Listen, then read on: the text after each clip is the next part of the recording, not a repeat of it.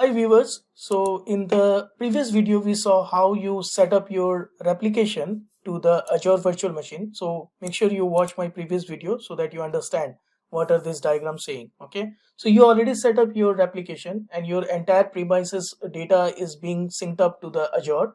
So let's learn how you fail over to them basically.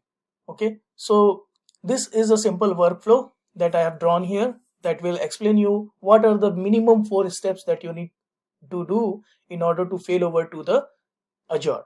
Okay, so here you can see the entire workflow, the stage 1, stage 2, stage 3 and stage 4. There are 4 basic steps to fail over to Azure, and then also make sure your site is on premises is up and running, and again fail over from Azure to your on premises, and all of the traffics are now to your basically on premises machines.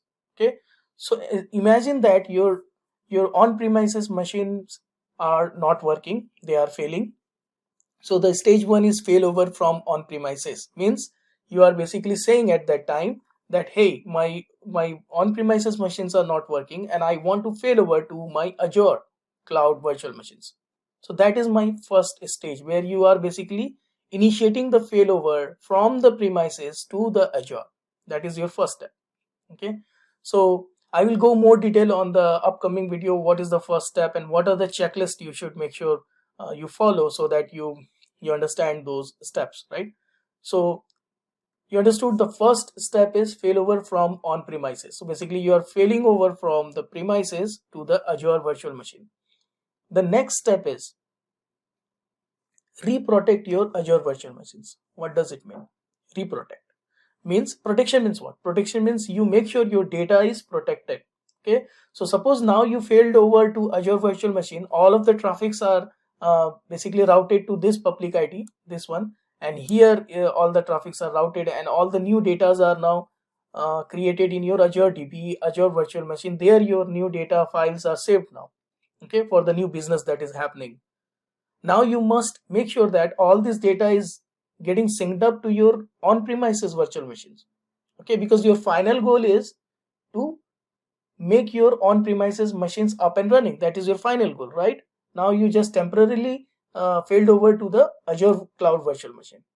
Okay, so in order to make sure that your final goal is achieved, you must save all the data which is right now in Azure cloud virtual machines into your own premise. Therefore you must set up the replication back to the on-premises virtual machine from the Azure cloud. I will explain more detail on those upcoming videos, how basically you will do, what are the steps for that. But let's say you did that. Let's say you started your traffic going to the Azure cloud virtual machine, and also in the second step you started reprotecting your Azure virtual machine by saving their data into back to the your own premises machines. So the third step is, now your on-premises virtual machines are getting the data, the live data, production data from Azure virtual machines. So, and you are working on your on-premises machine, you make sure your on-premises machines are now up and running and you are basically satisfied. Now I can turn on them, let's say. So what you can do is at that time go to the Azure portal and then initiate the failover, basically initiate the failover from the Azure cloud virtual machine to the on-premise virtual machine. So it's a reverse failover now. So you can see this arrow, I'm saying failover can happen in both sides, right? So that is your third step, when you fail over from the Azure virtual machine, so that basically you're saying my Azure virtual machines are now turned off or whatever is in the standby mode, and then your all the traffics are going to your on-premises virtual machine. So that is your third step. Okay, so what is after that? Number fourth step is what? Fourth step, once you failed over from Azure cloud virtual machine, your on-premises virtual machine is basically live. Okay, and then again new data is going to come in the on-premises virtual machine and on-premises databases. So the fourth step is to protect your on-premises machine, and I think that is, we do the first thing, right? The first setup we do is the application to Azure virtual machine. Basically this is nothing but the protection. So basically we are saying again you want to protect your on-premises virtual machine by replicating, by enabling the replication to the Azure cloud virtual machine. So that is, in my first video I explained how this is entire data is going to the Azure Cloud Virtual Machine. So you enable that. That is your fourth step.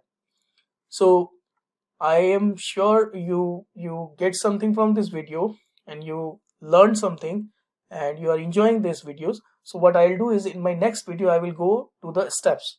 So let's go in more deeply to learn what is failover from on-premises. Till then, I'll see you in my next video.